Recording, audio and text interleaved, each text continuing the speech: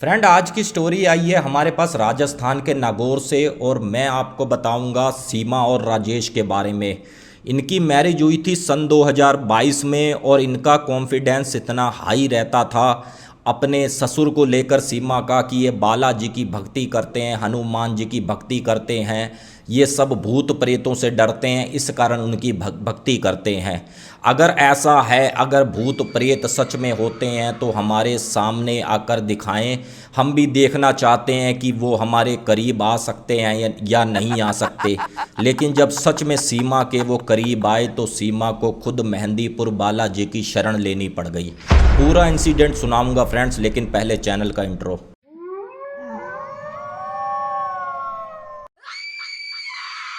Friend, शुरू करते हैं आज की स्टोरी। फ्रेंड, सबसे पहले मैं आपको किरदारों से रूबरू करवा दूं जिससे कहानी समझने में आपको आसानी होगी।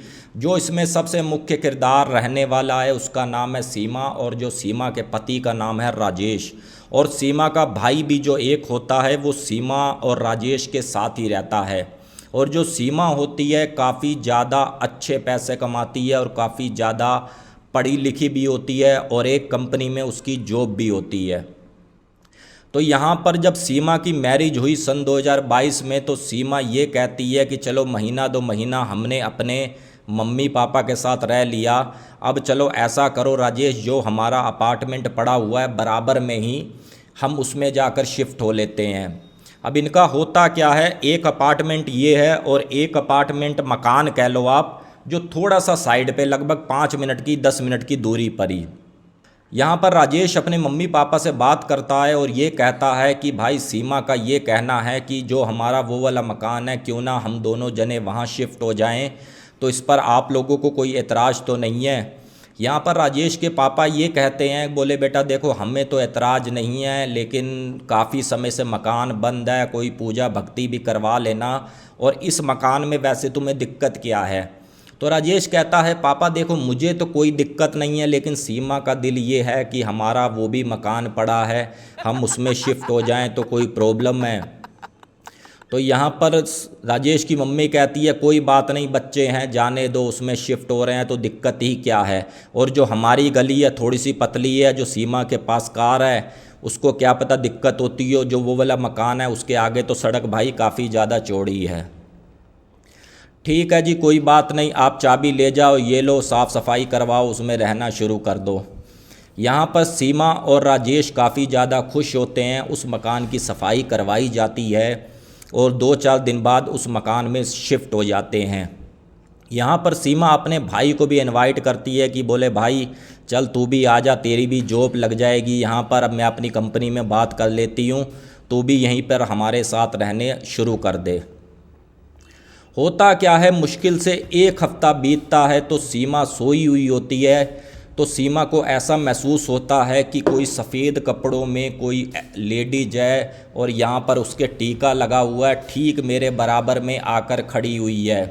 अब जैसे ही सीमा आंख खुलती है तो सीमा को क्या महसूस हुआ कि वही औरत भागी इधर से और खिड़की के हल्के से कोने से बाहर निकल गई। यहाँ पर सीमा की चीख निकलती है और सीमा ये कहती है कि भाई ऐसा कैसे हो सकता है कि कोई खिड़की से बाहर निकल जाए जबकि जाली वगैरह सब कुछ लगा हुआ था। सीमा राजेश को बताती है कि मेरे को ऐसा ऐसा सपना आया। तो इस पर राजेश ये कहता है कि चलो मम्मी पापा के यहाँ चलते हैं, उनसे बात करते हैं। अब जैसे ही ये अपने मम्मी पापा के यहाँ जाते हैं तो जो इनके पिताजी होते हैं बोले बेटा कोई तुम्हें लेडीज दिखी है क्या सफ़ेद कपड़ों में, या कुछ ऐसा हुआ है। तो इस पर सीमा चौंक जाती है। सीमा ये कहती है बोले पापा जी आपको कैसे पता चला कि हाँ भाई ऐसा ऐसा इंसिडेंट हुआ है या ऐसा ऐसा हुआ है। अब यहाँ पर जो सीमा के ससुर होते हैं वो बालाजी के अच्छे खासे भक्त होते हैं, ये समझ लो। उन्होंने दिन में 1 से 2 बार हनुमान चालीसा का पाठ करना और बालाजी के आगे धूप अगरबत्ती किए बगैर तो खाना भी नहीं खाना। तो वो ये कहते हैं बोले बेटा आज से लगभग 4 से 5 साल पहले यहाँ पर एक फैमिली आई थी तो होता क्या है, उसकी बीवी की तबीयत काफ़ी ज़्यादा ख़राब थी, तो उसकी पत्नी की यहाँ पर मौत हो गई।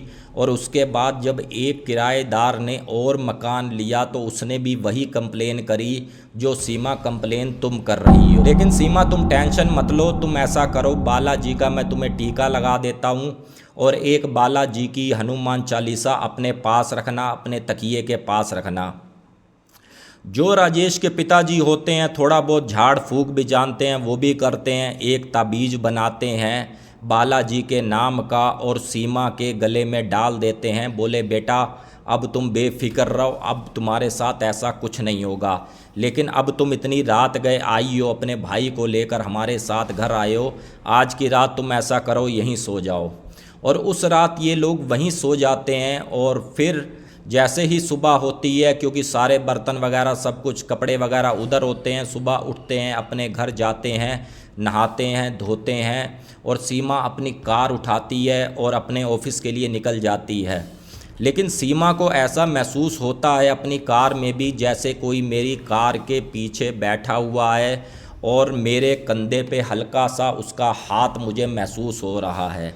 लेकिन उस बात को सीमा नज़रअंदाज करती है कि भाई ऐसा कुछ थोड़ी ना होता है, वो तो पिताजी ने चलो जो भी ताबीज़ वगैरह था झाड़ा वगैरह कर दिया, लेकिन अब मुझे ऐसा महसूस क्यों हो रहा है। सीमा पहुंचती है अपने ऑफिस में, काम धंधा करती है, जो भी अपनी शिफ्ट वगैरह निपटाती है और चुपचाप अपने घर आ जाती है।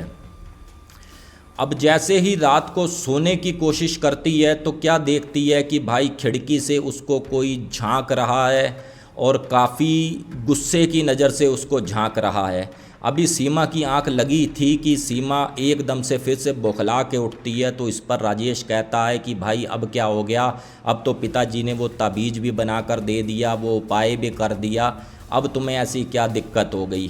तो इस पर सीमा कहती है राजेश मुझे ऐसे लगा है जैसे इस खिड़की से कोई मुझे झांक कर देख रहा हो। तो यहाँ पर राजेश फिर से अपने मम्मी के पापा के पास लेकर जाते हैं। वो ये कहता है राजेश कि पापा इसको अभी भी ऐसा महसूस हो रहा है जैसे कोई इसे झांक रहा हो खिड़की से। तो इसके पापा बोले बेटा या तो तुम ऐसा करो मकान खाली कर दो वो, क्योंकि भाई वो मकान काफ़ी समय से बंद भी था और उस मकान में मेरे हिसाब से रहना ठीक नहीं है। यहाँ पर सीमा के मन में भी आती है बात कि हाँ भाई सही कह रहे हैं, मकान खाली करते हैं। और ये जैसे ही उसी रात फिर वहीं रुकते हैं और अगली सुबह वापस अपना सामान सारा का सारा अपने सास ससुर के घर ले आते हैं। फिर से ऑफिस की तैयारी होती है और सीमा ऑफिस जाती है।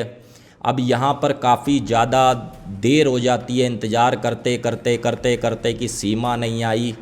और 1 घंटा बीता, 2 घंटे बीते, सीमा के फ़ोन पे फ़ोन मिलाया जाता है कि भाई सीमा फ़ोन उठाए। 2-3 घंटियाँ तक तो भाई बात सही लग रही थी कि घंटी जा रही थी शाम को, लेकिन उसके बाद सीमा का फ़ोन भी स्विच ऑफ आने लग गया। अब यहाँ पर राजेश भी काफ़ी ज़्यादा चिंता में, राजेश के मम्मी पापा भी काफ़ी ज़्यादा चिंता में। बोले भाई सीमा गई तो गई कहाँ। अब यहाँ पर राजेश और सीमा का भाई तुरंत दूसरी कार लेकर जाते हैं और वहाँ पर पूछते हैं जो गार्ड होता है कंपनी के बाहर। बोले भाई मेरी वाइफ सीमा यहाँ जॉब करती है, क्या वो आज लेट नाइट तक काम कर रही है या कोई उसकी ऐसी शिफ्ट है, भाई अभी तक घर नहीं पहुँची। तो वो गार्ड ये कहता है, बोला बाबूजी आपकी वाइफ तो शाम को लगभग 5-6 बजे के करीब यहाँ से जा चुकी है। अब ये बात जब राजेश सुनता है तो और ज़्यादा घबरा जाता है। राजेश सीधा घर जाता है। राजेश के दिमाग में एकदम से आता है कि भाई क्यों ना मैं उसके फ़ोन पे मैंने जो GPS सिस्टम सेट कर रखा था, क्योंकि आईफोन था, अगर उसको मैं ट्रैक करूं तो क्या पता सीमा का पता चल जाए। अब जैसे ही वो ट्रैक करता है उसके फ़ोन को तो पता चलता है कि भाई इसका जो फ़ोन है लगभग यहाँ से 20 से 25 किलोमीटर की दूरी पर वो सिग्नल इसको दिख रहे थे। अब ये अपनी गाड़ी लेते हैं और दौड़ाने लग जाते हैं पीछे, और इसी में ही लगभग टाइम भी आप लगा लो रात के 12-1 बज जाते हैं। अब जैसे ही ये पहुंचते हैं उस एरिए में, जब फ़ोन को ट्रैक करते हैं तो क्या देखते हैं कि सीमा एक शमशान घाट के अंदर बैठी हुई है। अब जैसे ही ये धीरे धीरे अपने कदम बढ़ाते हैं शमशान घाट के अंदर, तो सीमा क्या कर रही होती है, एक वहाँ पर ताज़ी ताज़ी चिता जली हुई होती है, या उसे आप कह लो ठंडी हो चुकी होती है, वहाँ के किनारे की राख लेकर इस तरीके से हवा में उड़ा रही होती है। अब जैसे ही ये सीमा के पास जाते हैं तो सीमा की बदली हुई आवाज़ ये आती है, मैं इसको नहीं छोड़ूंगी, मैं इसको जान से मार दूंगी, मैं इसको नहीं छोड़ूंगी और इसको अपने साथ लेकर जाऊंगी। अब जैसे तैसे राजेश और जो सीमा का भाई होता है अमित, वो दोनों जने उसका हाथ पकड़ते हैं, लेकिन वो उन दोनों के काबू में नहीं आ रही थी और काफ़ी ज़्यादा गुस्से में नज़र आ रही थी, जैसे पता नहीं 5-7 आदमियों की ताकत एक लड़की में हो।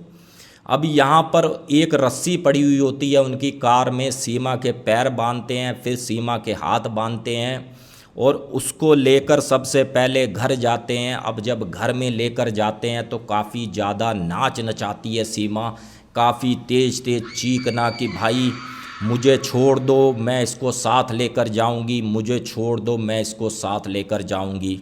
बस एक ही बात दोहराती है। और यहाँ पर राजेश के जो पिताजी होते हैं वो ये कहते हैं कि बोले बेटा मेरे झाड़ फूँक का तो कोई इस पर असर हो नहीं रहा, अगर हो सके तो इसको मेहंदीपुर बालाजी लेकर जाओ। उसी समय उसको गाड़ी के अंदर फिर से डाला जाता है और राजेश गाड़ी चलाता है और राजेश के बराबर में बैठते हैं राजेश के पिताजी। ये निकल जाते हैं रात को ही, लगभग नागौर से मेहंदीपुर की दूरी लगभग 6-7 घंटे के करीब की बताई गई। ये बिना कहीं रुके सीधा मेहंदीपुर बालाजी पहुंचते हैं। अभी जो कपाट खुले थे सुबह 6-7 बजे के करीब का समय था। अब जैसे ही कपाट खुलते हैं सबसे पहले सीमा को अंदर लेके जाते हैं और वहाँ पर पुजारी जी से ये कहते हैं कि पुजारी जी आपसे हाथ जोड़कर रिक्वेस्ट है, मेरी पत्नी को सही कर दो और ऐसा ऐसा इंसिडेंट हुआ है। वहाँ पर लगभग 3 घंटे तक पुजारी जी अपनी पूजा पद्धति करते हैं और पुजारी जी ये कहते हैं कि भाई इस पर जो शक्ति का असर आया है, जो तुम्हारा कोई मकान था उस पे जो औरत मरी थी, ये उसी का ही असर है, क्योंकि जो वो औरत मरी थी वो डायन का रूप ले चुकी है। क्योंकि शास्त्रों में भी कहा गया है कि भाई जिसके पेट में बच्चा हो कुछ हो, अगर वो मरे तो वो डायन का ही रूप लेती है। तो ये वही डायन है। लेकिन अब घबराने की बात कुछ नहीं है, अब हमने इसकी पूजा पद्धति करके सही कर दिया है और कुछ एक ऐसे नियम है वो फॉलो कर लेना, और कोई भी तुम्हें यहाँ से आवाज़ दे तो पीछे मुड़ के मत देखना। अब जैसे ही राजेश और राजेश के पिताजी उस मंदिर के प्रांगण से बाहर निकलते हैं तो क्या होता है, राजेश को ऐसे आवाज़ आती है जैसे राजेश की मम्मी बुला रही है, और राजेश जैसे ही पीछे मुड़कर देखता है तो कोई नहीं होता। राजेश को तभी अपनी वही बात याद आती है जो पंडित जी ने कहा था कि भाई पीछे मुड़कर मत देखना। फिर राजेश अपने घर चला जाता है और 15 दिन बाद फिर से विजिट करता है और पंडित जी से ये कहता है, पंडित जी हमसे एक गलती हुई कि हमने भाई पीछे मुड़कर देखा, लेकिन अभी तक हमको कुछ भगवान की कृपा से ऐसा कुछ हुआ तो नहीं, लेकिन सीमा बिल्कुल नॉर्मल है। तो यहाँ पर पंडित जी मन घबरा रहा है। तो पंडित जी ने ये कहा, बोले बेटा तुम्हारी किस्मत अच्छी है कि कोई चीज़ तुम पर लगी नहीं, लेकिन जब तक किसी चीज़ का असर नहीं होता तो हम इलाज काहे का करें, चलो भगवान तुम्हारा भला करे, ये विभूति लगा लो, ये ऐसे ऐसे कर लो, इस टाइप का कुछ एक उन्होंने बताया। तो वहाँ पर राजेश ने किया और या उसके बाद सीमा भी नॉर्मल है और राजेश भी ठीक ठाक है, कोई दिक्कत नहीं है। और उसके बाद सीमा ने किसी को चैलेंज करने बंद कर दिए कि भाई ऐसा कुछ नहीं होता, भूत प्रेत जो बोलती थी, डायलॉग मारती थी कि ये सब बेवकूफ़ हैं। उसके बाद सीमा को विश्वास हो गया कि अगर भगवान होते हैं तो ऐसी शक्तियाँ भी होती हैं। तो फ्रेंड्स ये पूरा इंसिडेंट इनके साथ जो हुआ, लगभग 1 महीना ये परेशान रहे इसी चीज़ को लेकर। बाकी फ्रेंड्स अगर आपके पास भी कोई भी ऐसा एक्सपीरियंस है तो प्लीज़ हमारे तक भेजें, और चैनल को सब्सक्राइब नहीं किया तो प्लीज़ चैनल को सब्सक्राइब कर लें। बाकी मिलते हैं एक बार फिर किसी और हॉरर स्टोरी में। जय हिंद जय भारत।